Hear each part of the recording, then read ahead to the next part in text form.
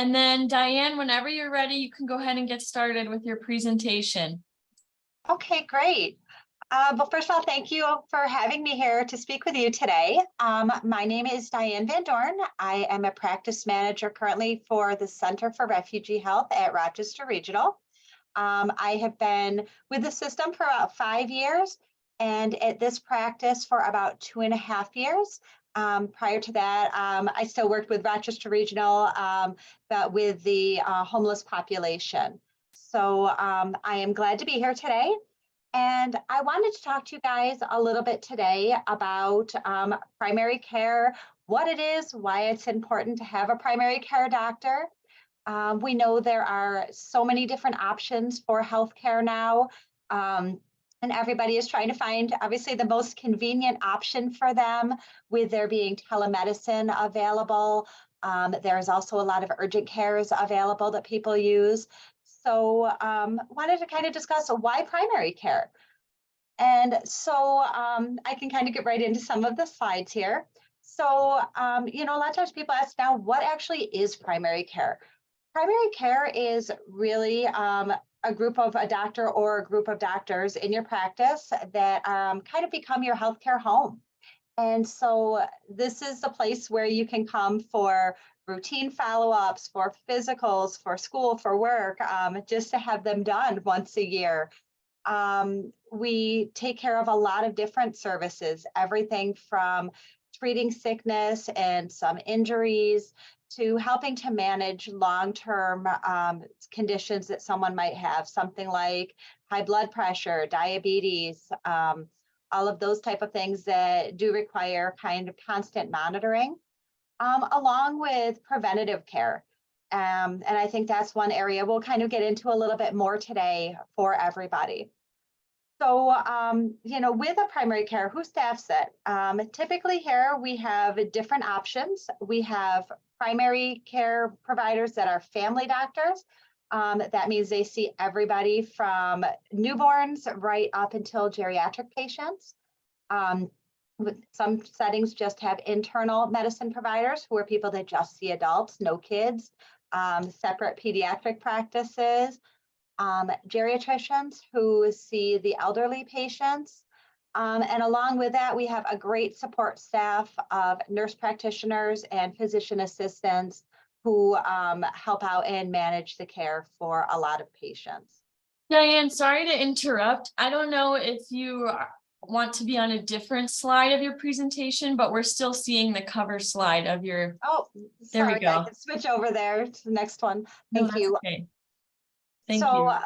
Yep. So again, why is a lot of this important? Oh, it's not moving forward for me.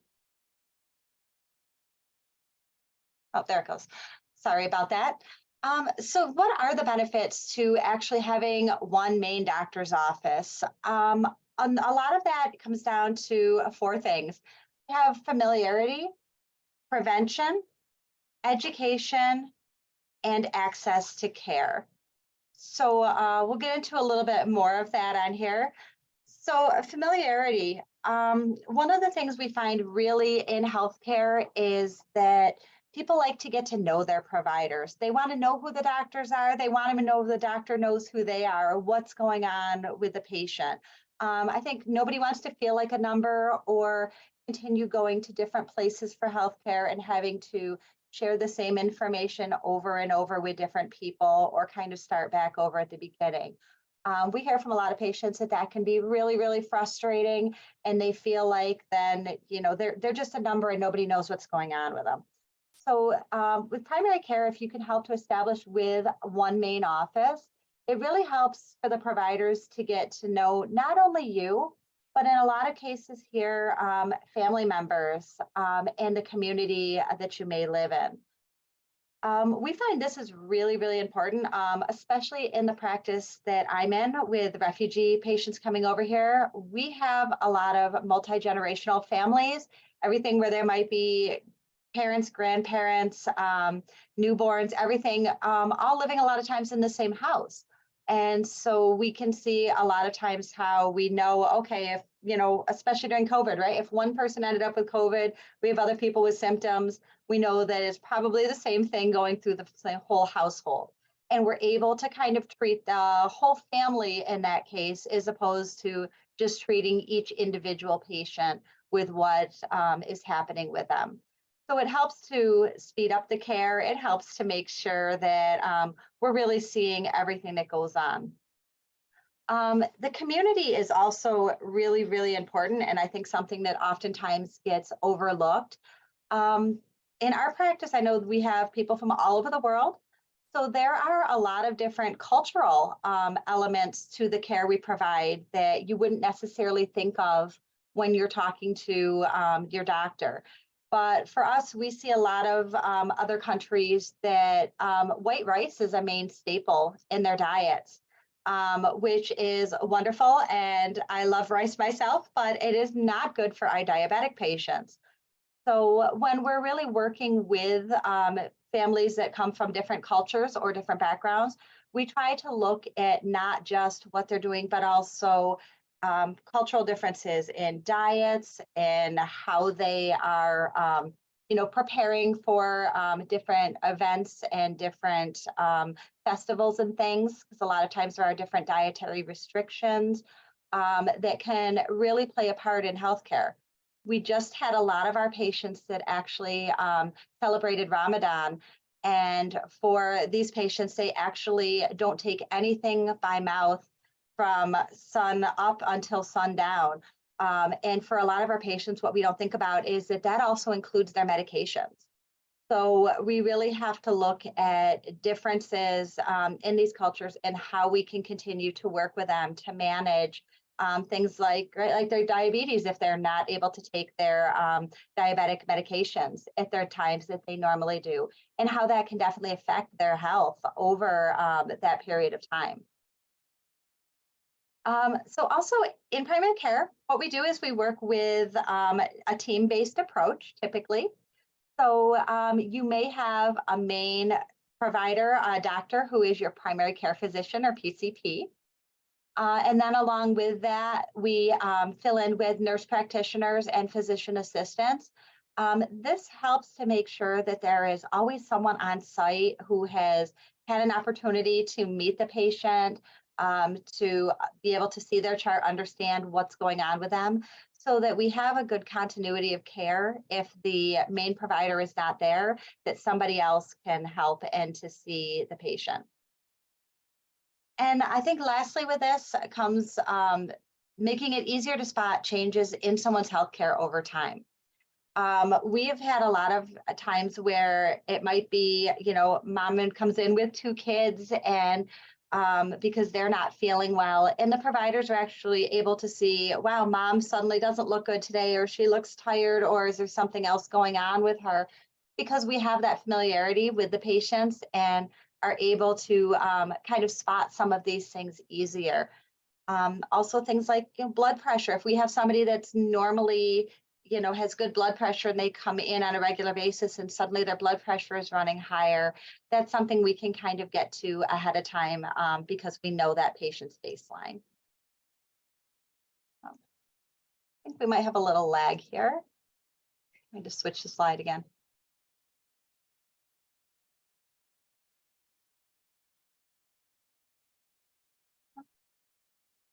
There we go. Okay, so we kind of spoke about the second benefit of primary care being prevention. So for a lot of our doctors, what they do is they're doing a lot of preventative work as opposed to just trying to treat a medical condition that we're seeing in somebody. High blood pressure, hypertension, even cancers, colon cancers, breast cancers, things like that. So what we really try to do is to work with the patients ahead of time and make sure that we are getting a lot of screenings done for people so that they don't have to end up with diabetes or some other things like that. So we really do kind of follow through and look at the whole patient and what's going on with them right from birth up. So that starts a lot of times with immunizations. So we do all of the basic childhood immunizations right up through into early adolescence and a lot of times into adulthood. I know a lot of people here, I'm sure most of you hopefully have just recently even had the COVID vaccines and a lot of the COVID booster shots. So we try to make sure that we keep up on that type of thing, make sure that people are up to date with their booster shots. So if we see them coming in and don't have that, it's a really easy way to incorporate that into a normal visit. So the other way to keep people healthy is to do a lot of screenings for things. We don't want to just see people when they're sick. We'd like to help to prevent that from happening in the beginning. We did kind of put just a basic chart here. We have a lot of people that say, you know what, I'm young and healthy. Why do I need to have this done? So we try to get that done because there are a lot of new therapies, medications that we can use for people to prevent them from having the high blood pressure and things. We can kind of stop that before it becomes a problem. So what you can hopefully see on the chart here is we do that from diabetes, starting typically at about age 45 for people that they're looking for type 2 diabetes. For colorectal cancer, starting at age 45, bone density, we do for women over 65. But there are things for younger people and especially women. So we actually do start screening for cervical cancer and breast cancer starting at about age 21, if there are any kind of family histories. And then starting again when people are about 30 or 40, we'd like to do screenings every 1 to 2 years to hopefully be able to see something or stop that ahead of time. Also for, even though we are primary care, we do look at other things as well, like eye health. So we do screenings as well for glaucoma. And also for anyone who does have diabetes, we do diabetic eye exams to check for what they call retinopathy, to which over time, if left untreated, can really affect eyesight or lead to blindness in really severe cases. So these are all things that we do on a regular basis so that we can hopefully prevent all of those things from happening.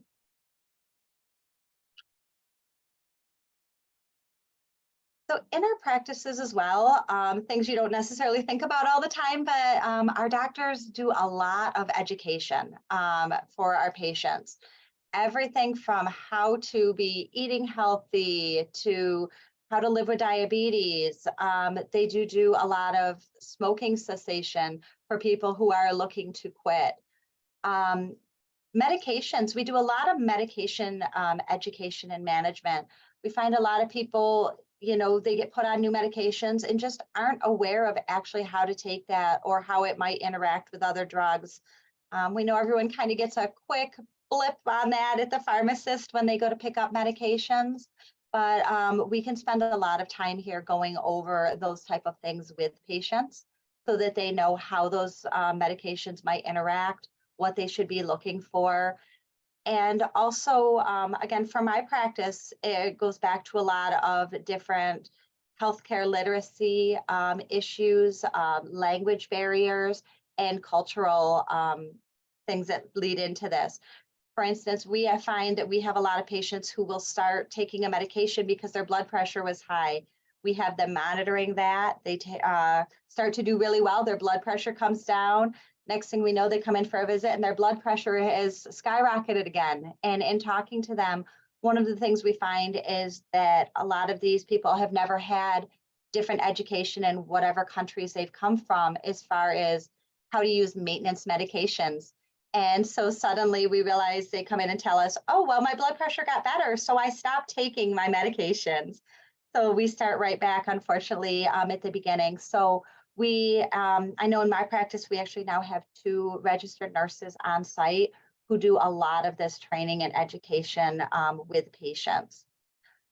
We also do that for family planning, for birth control, for safe contraception, things like that in the practices.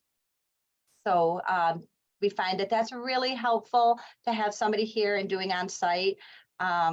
And it's something that we find a lot of times, unfortunately, is not given all that much at different urgent cares and things like that. So this is where we really enjoy having patients coming back in on a regular basis so that we can work with people to improve overall health.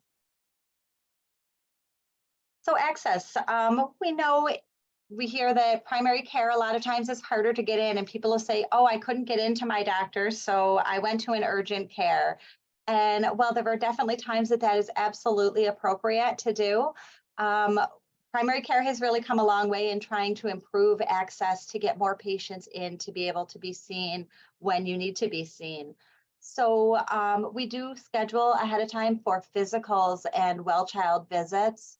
But most of the offices also have same day visits available where you can call in the morning, hopefully be seen the same day if there's an acute illness or injury that's gone on. We also do a lot of times for especially our federally qualified health centers, we have early morning or afternoon appointments available.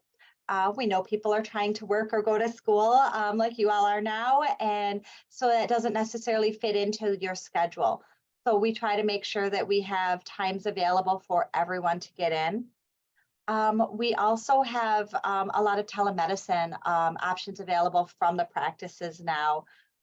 With Rochester Regional, we have what they call My Care. We can go right on, have a video visit with a patient wherever they are to hopefully get them seen sooner, especially if it's something that, you know, the doctor doesn't actually have to put hands on you to check on. If it's for a sickness, things like that, they can help to diagnose strep a lot of times or flu, and get some medication, hopefully sent out to a pharmacy to get you feeling better without having to leave your house or anywhere else you may be.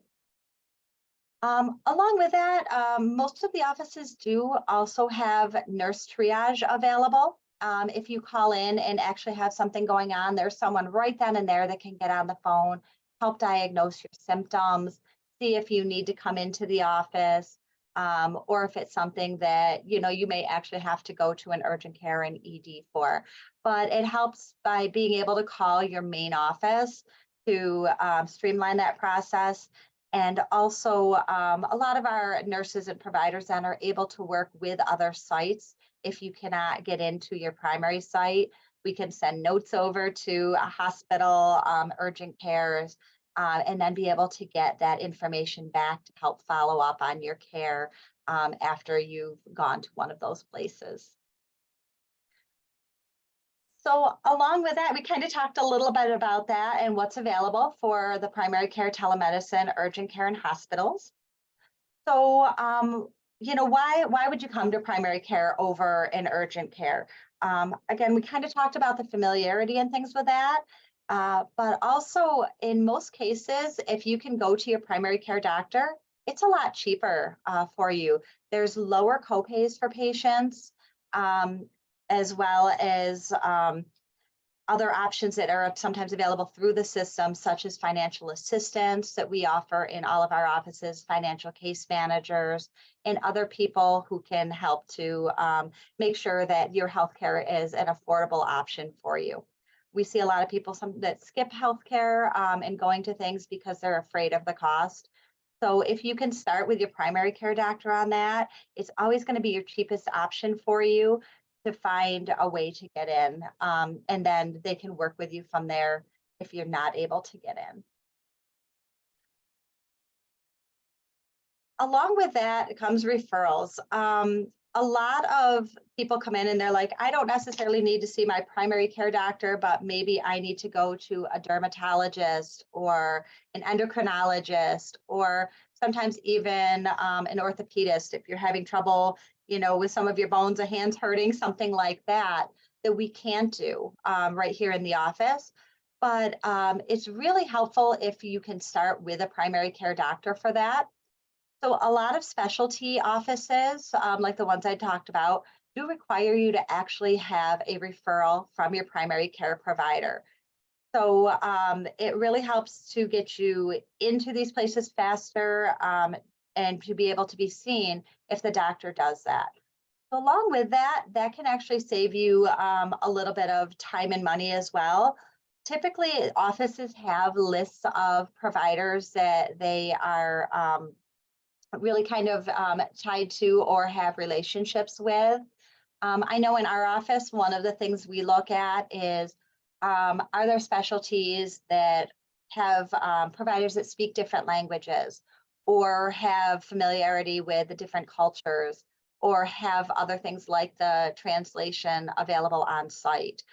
So we try to really kind of tailor who we send people to for specialists based on who we think would really be a good fit for the patient and able to participate in their care instead of just, kind of telling them what to do, not having understanding or not having a good relationship.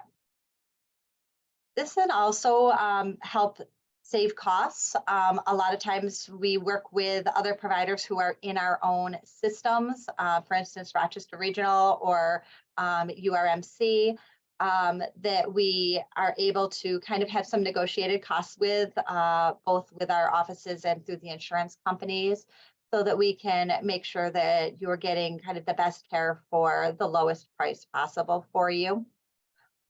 We do actually the work around Rochester very well, I think, with both systems, depending on the specialist.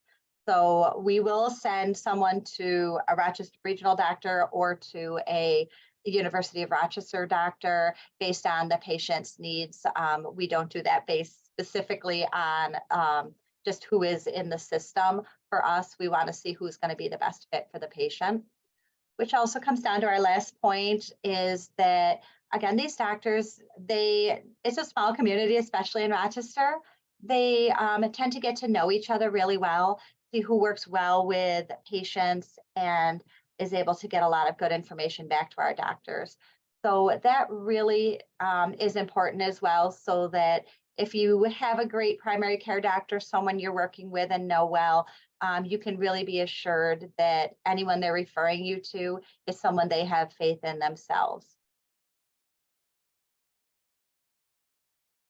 So then how is the best way to find a provider? This is a question that we get a lot as far as patients calling. Unfortunately, with my own practice, we actually only take in currently newly arriving refugees to the Rochester area. So we are not able to take in people calling directly on the phone or finding us on a website. But this is where we work really well with other people in our system. So the best way for you to choose a provider is a couple of different ways. One, based on your insurance coverage. If you have insurance, usually there's a number on the back of the card or it's on their website that has a list of providers who accept your insurance. And then you can kind of usually search from there to see where they're located, if what other languages they may speak. Some people have a preference as to whether it's a male provider or a female provider. So those are all things that you can help to find on either an insurance website or you can find them through like a local health system website. And I'll show you that in a minute. Other things to really look at when choosing a provider is this is a great time to utilize family and friends recommendations. We do this for everything else in life. How many times you ask somebody as, hey, do you have a mechanic that you really like? Or who does your hair? I love it. So utilize the same type of thing for your provider. People really like to refer people they, find that they work well with and like. So ask other family friends if they have a provider, what they like about them. Is this somebody that they really feel listens to them? They feel like they take care of them, or hopefully not vice versa. But, if there's somebody they don't like that you can stay away from and don't think is going to be a good fit for you. That's a really great way to find out. Also, locations and hours for practices. Healthcare, again, has come a long way in trying to open access for patients to get in. So most of them have it listed on websites. Find someplace that has hours and a convenient location for you so that you can get there. And sometimes that may not be home. We spend a lot of time at work and at school. So sometimes it may be helpful to look and find a provider that might be closer to one of those areas than to your actual house. And also languages spoken. I know, especially across Rochester, we have a lot of different providers who speak a lot of different languages that can be really helpful for patients. If we don't have those available, I know here in our practice, we actually have iPad translators. So it actually comes up just like a call like this is today, where you have a face-to-face translator on the phone who is able to not only listen or, just listen to what's going on, but kind of look at the patient, look at the provider, take some of those non-verbal cues to see if the patient is really understanding what's going on, what's being told to them, or be able to explain it in a different way. So that can be really important to making sure that the education and things that we are going through are really getting to the patient. So my last slide on here too is again kind of how to find a provider if you don't have one currently. So again, we kind of talked about having the insurance cards or the insurance websites to see what providers are available in your area and who may be accepting new patients. And also check with the health systems. We do have a link here to Rochester Regional's physician directory. It has all of those things we kind of talked about. You can put in by the gender of the physician you're looking for, any languages they may speak, any specialties that they may be a part of. So it really hopefully streamlines that a lot to take away a lot of the guesswork for patients who are looking for providers. So I think that's kind of the end of what I had. I just wanted to give kind of a high level overview of what is available and how to access that kind of care. And then I can open it up if anyone has any kind of questions.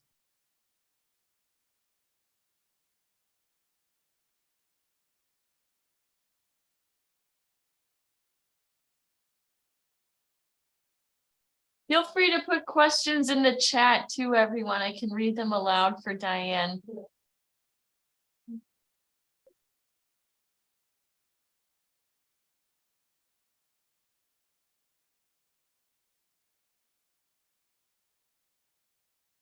Here's a question, Diane. What companies and rates can you get? What companies? John, can you clarify your question? Like what companies as in like what doctors? Or are you asking about, for insurance, Sure. So that does vary a little bit by office, but I can tell you, especially right here in Rochester, I think both of the health systems accept most of the large insurance carriers. So that would be Excelis, Blue Cross Blue Shield, Blue Choice, United Healthcare, Humira. We take most of the Medicare and Medicaid programs that are out there. So those are accepted at almost all of our locations. Thank you. Thank you. Good question. Any other questions from any of our classrooms?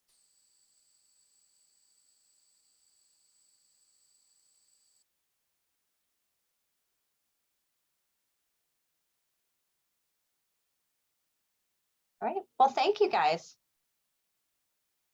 Thank you for joining us today, Diane. And if anyone has any questions after our presentation, let me know. Otherwise, thanks for coming. Thanks for being here, Diane. Have a great day, everyone. Bye-bye.